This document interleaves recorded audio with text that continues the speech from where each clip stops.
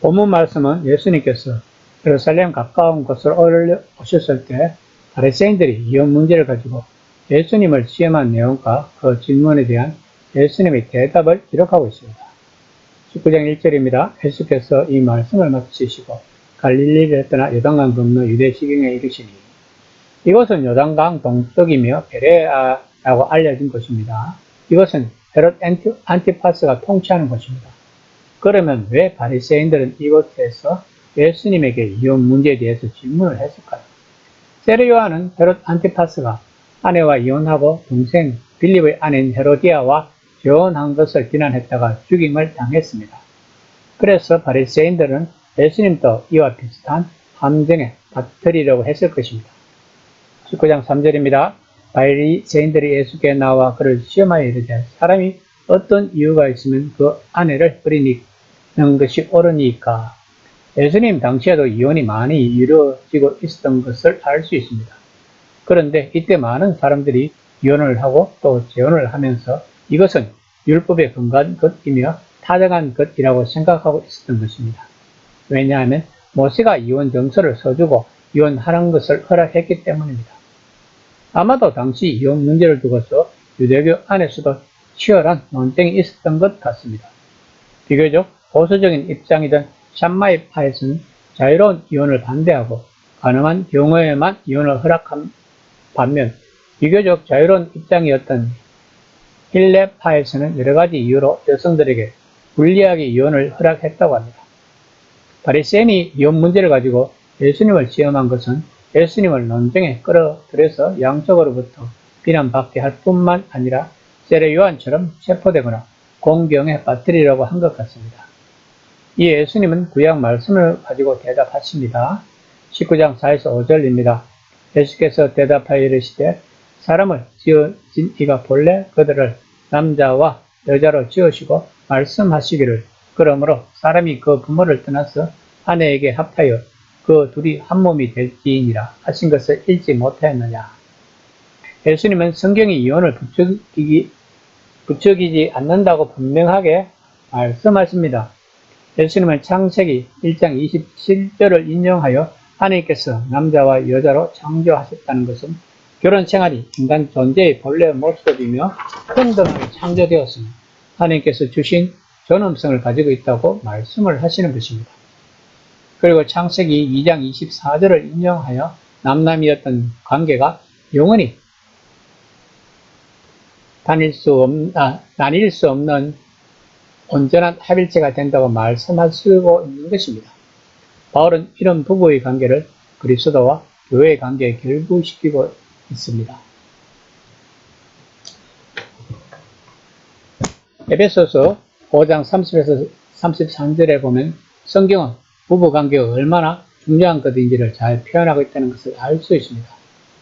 그러므로 우리가 거듭나서 진정 하나님이 주신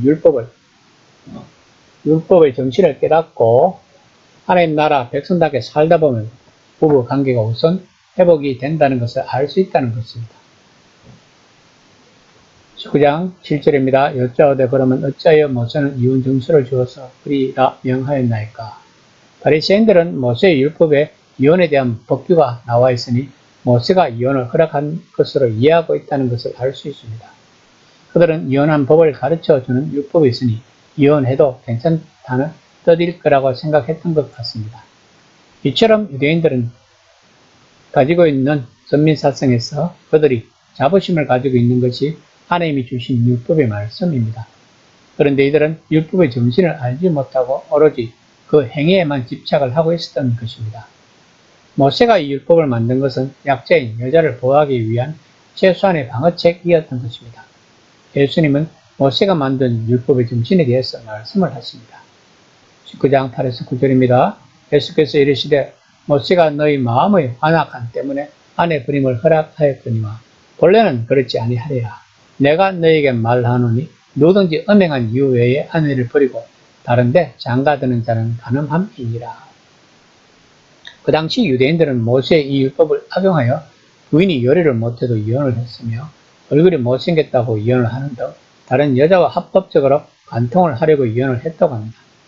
그러나 모세가 이혼을 허락한 이유는 모세 당시 여자는 노예나 가축과 같이 하나의 소유물이나 재산과 같이 취급되었으며 이혼은 단지 소유권을 포기하는 것에 지나지 않았다는 것입니다.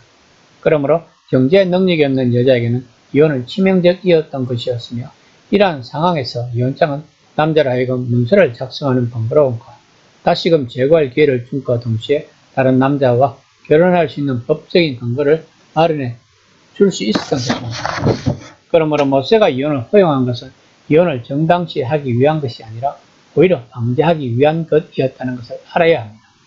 이것이 이혼에 대한 율법의 정신인 것입니다. 이처럼 예수님은 율법의 정신을 끊임없이 가르치고 있는 것입니다. 예수님은 모세가 이혼에 대한 율법을 준 이유는 그 백성들이 완악했기 때문이라고 말씀하고 계십니다. 이는 예수님은 자신의 사역을 통해서 인류의 근원적 문제인 마음의 완악함 자체를 해결될 것이라고 주장하시는 것 같습니다. 이 문제가 정말로 해결이 된다면 이 세상은 우리들이 생각하는 천국이 될 것입니다. 그러나 우리가 예수를 따른다고 해서 더 이상 우리들이 나쁜 유혹을 받지 않는다는 것이 아니라는 것을 알고 있습니다. 도리어 끊임없이 유혹은 더 커지게 우리들에게 다가오는 것을 느낄 수 있습니다. 왜냐하면 하나님이 본능적으로 반항하는 우리의 마음을 구원할 때, 즉 세례와 예수님을 따르는 삶을 통해 우리의 마음을 새롭게 만드실 때, 그 새로움은 반드시 우리의 결정과 고민과 의지를 통해 실현되기 때문입니다. 이런 과정을 우리는 성화라고 부릅니다. 이것이 신앙생활인 것입니다. 이것이 영성인 것입니다. 결혼은 하나님의 형상이 이 세상에 반영되는 주된 방식 가운데 하나입니다. 결혼 생활을 잘 해나감으로써 진정으로 한 몸이 되려고 노력하는 일이 힘들고 대가가 크지만 아름다울 수밖에 없는 이유가 바로 그것입니다. 예수님의 목적은 이 세상을 회복시켜 창조주 하나님의 계획이 마침내 실현되게 하는 것이었습니다. 이 시간 나는 이런 예수님의 목적에 부합하는 삶을 살고 있는지 한번 생각해보는 시간이 되었으면 합니다.